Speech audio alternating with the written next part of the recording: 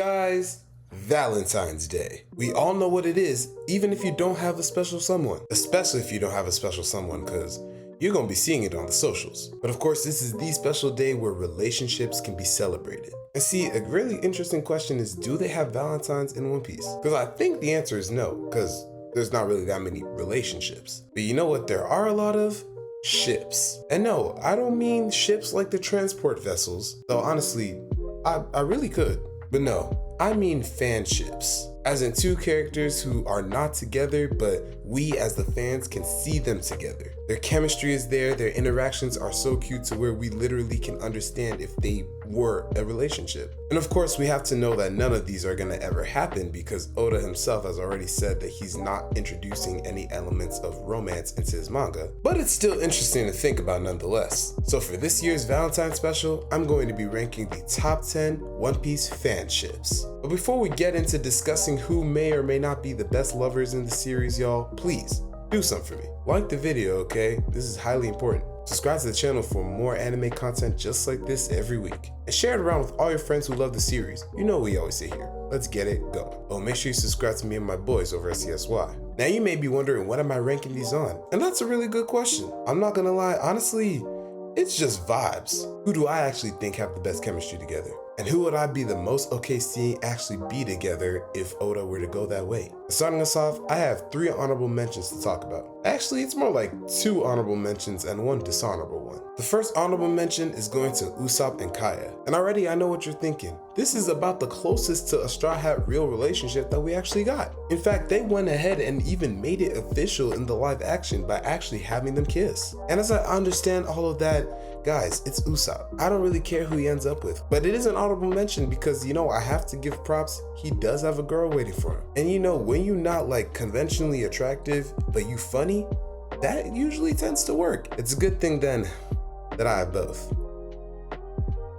The second honorable mention is going to Zoro and Robin, which is just an honorable mention because, you know, there's just pockets of moments here and there where you could say, oh, maybe they have something that could be interesting. Like the fact that he was the only one Robin wasn't able to trick when she first wanted to join the crew, the way that Zoro saved her after Eno struck her with lightning, the fact that it was Zoro beating Kaku who actually got the correct keys to her cuffs. And you know, they have a little cool mother-father dynamic when it comes to Chopper. Honestly, I just don't see it. At least not that much, but I just had to put it up here because I know people are gonna be asking for it. Now for the dishonorable mention, it's Chopper and Milky. And of course, we all know who Milky is, right y'all? The random reindeer mink who Chopper met for 1 second on Zoe and instantly became like Sanji over her. Yeah, I think I don't have to really explain why this is in dishonorable mentions.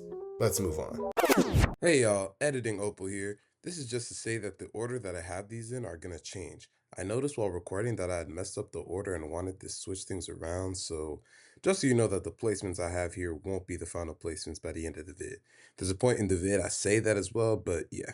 Alright, back to the Outfest. Which means at number 10 we have Sanami. And I'm not gonna lie, there's actually a lot here that's really good. Now, is it true that usually Sanji becomes the hard eyes and he gets all dopey? Yes, that's true. But after you get past all of that, Sanji and Nami's relationship is actually really strong with multiple examples. I mean, in Thriller Bark, Sanji is responsible for saving Nami from her wedding with Absalom, which was then reversed when Nami was part of the team to stop Sanji's wedding in Whole Cake Island. And the way that usually just Nami always has Sanji wrapped around her finger and can control him, and Sanji allows himself to be controlled. But at the same time, once you take the gags away, they can be very serious, level-headed, and like, you know, actually talking to each other. And then even with the Japanese honorifics, because Nami calls him Sanji-kun, which she doesn't use for anybody else in the crew. And on Sanji's side, she's the only person who he uses san or swan. Everybody else is chan. And you think that that means that I think it should be higher. But no, I think that they both have somebody else that kind of just fits them just a bit more. And in Sanji's case, a lot more. At number 9,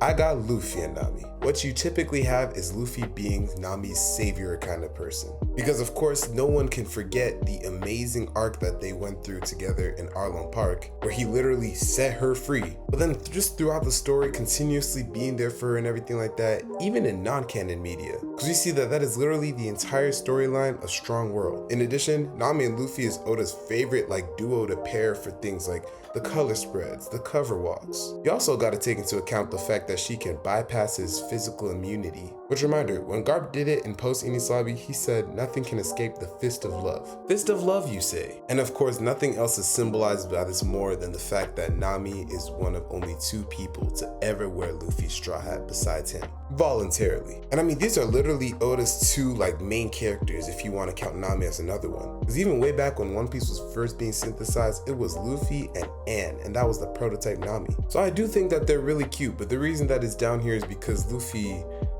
he should never be in a relationship with anybody, ever. He's so tone deaf that I genuinely fear that bad things would happen if he got with literally anybody. Now number 8, I got Zoro and Hiyori. Now I'm not gonna lie, even though this is localized to Wano, I do see a fair bit of this, working out. I mean, you could kind of see it just in the way that when Zoro was lying down, Hiyori was just cozied up next to him. The fact that the way he saved her and she was kind of fawning all over him had Sanji jealous. And Zoro is literally the definition of an aura farmer who has a baddie wanting him and he just kind of with it. He's almost like Vegeta, but I definitely see a scenario where at the end of One Piece, Zoro actually goes back to Wano, goes and finds his girl. But I do think that there's somebody even better for Zoro, because at number 7, I got Zorona. And I'm not gonna lie y'all, this seems like such a toxic relationship that just works.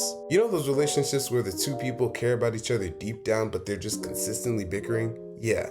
That's these 2. Ever since Zoro landed in the Monkey Kingdom, you kind of just got that sense of, the back and forth between the 2 of them. And the fact that Perona is the one who came all the way back with him, accompanied him all the way back to Sabaody, because she knew of how bad his sense of direction was and was like, I, in good faith, can't just allow you to go back. I don't know, Zoro with a goth baddie?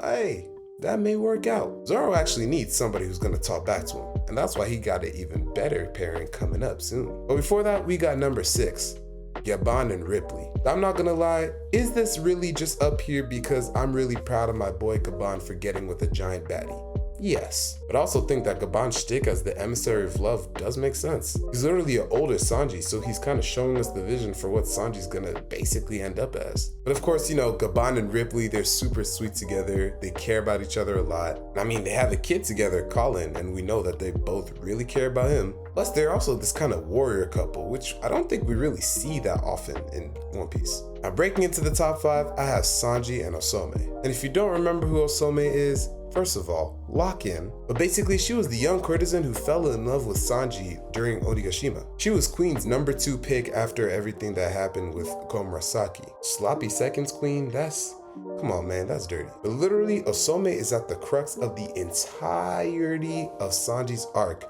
within that phase. With him thinking, oh no, did I hit her? I'm really losing myself to this. But no, I remember who I am. I'm a member of the Straw Hat Pirates, and I remember that I care for women. And of course, you have the fact that with Osome comes Chuji, the little mouse that also has ties to Sanji's past, so it really all fits. We saw Osome taking care of him as he, passed out from the fight with Queen. And then the Wano anime even added some really great filler of the 2 of them having a conversation and her asking, will you come back for me, basically. So editing Obo back, y'all, because as it turns out, I skipped 4 too. I think I was actually talking about it, but my video was paused when I was, trying to record. So, yeah, it was going to be Rayleigh and Shaki though, which I guess you could say is technically not a ship since they're quote unquote official, but hey, they also never got married, so. At number 3, I'm gonna give it to Frobin. Y'all, I don't know y'all. Something definitely going on with these 2. There aren't that many times throughout the story where these 2 are paired together, but I just really like their dynamic. Like the amount of times that the 2 are specifically seen in relation to each other. On the cover of chapter 957, we see Frankie holding Robin tightly to make sure that she doesn't fall off. Just 30 chapters later, on the cover of 987, we see the infamous Robin holding Frankie's cheek scene, which is honestly where this thought really spawned for me. Yeah, the fact that in the SBS, when Oda was giving all the Straw Hats their jobs, he said that Robin would be a flight attendant and Frank would be a pilot. That's not a coincidence. And then if you want to get really granular with it, we can. Because when Robin was captured on Tequila Wolf and being held as prisoner, her prisoner number was 3926, which, for people who don't understand why that is significant, is Frankie's birthday, March 9th, and her birthday, February 6th, combined. Did I blow your mind yet? Now there is a Robin ship that I do like just a bit more, which is why at number 2, I got Lobin. And first off, tell me that name isn't already perfect. If that wasn't enough to convince you, how about the fact that Law wanted Robin on his team when they were handing Caesar over on Dressrosa? The two of them have a lot of little micro interactions where Robin can just be seen like kind of smiling in the back while Law is almost like embarrassed of something that he did. You have the fact that Robin is the one person that Law told his actual real full name to, which actually shows a lot of trust. Law's also the person who recognized that Robin wasn't at the festivities after they brought Kaido down, and is the one who then went and found out that she was talking to Sukiyaki, which then led to possibly the cutest scene of any two characters that I've ever seen in One Piece, which is when Sukiyaki was leading them to the place where they could see the old Wano. As Robin literally had to crawl all the way there, the moment she gets there, Law just teleports right next to her. And she kind of just looks over and is like,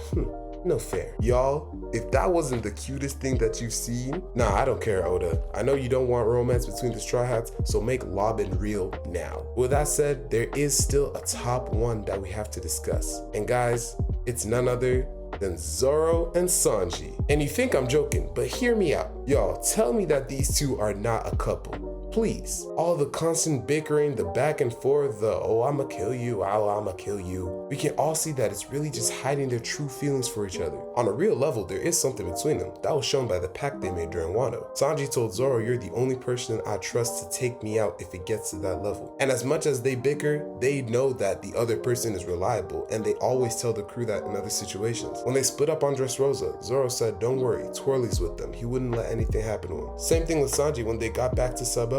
When Zoro went under their ways on the wrong ship, he wasn't concerned for Zoro's safety because he said, not that guy. I know that he's plenty strong enough as much as I hate him. He was just irritated that it was taking them that long. So in my opinion, I do think that Zoro and Sanji is the best ship in One Piece. And Loki, looking back at this list, I think there's a lot of things I have to change. All of my reasonings that I said remain the same, but this is just the new order. Now, of course, this is a bit of a more lighthearted video, haha, it's all jokes, but guys, I do want to hear your thoughts on the best One Piece ships in the comments. Even if it's like Big Mom and King Stelly, you know what? Not that one, that's bad. That is the end, y'all, but before we go, like it, subscribe, and share it around with all your friends who love the series. Or, just want me to have a very nice Valentine's weekend. That's gonna be all for me. I'll catch you on the next one, and always remember, One Piece, one life. Now if you'll excuse me, I have to go get the present that I got for my Valentine, because contrary to popular belief, yes, I do have one. Which I guess people only assume I don't because I talk about fictional pirates on the internet. But happy Valentine's Day if you have somebody, and if you don't, try again next year.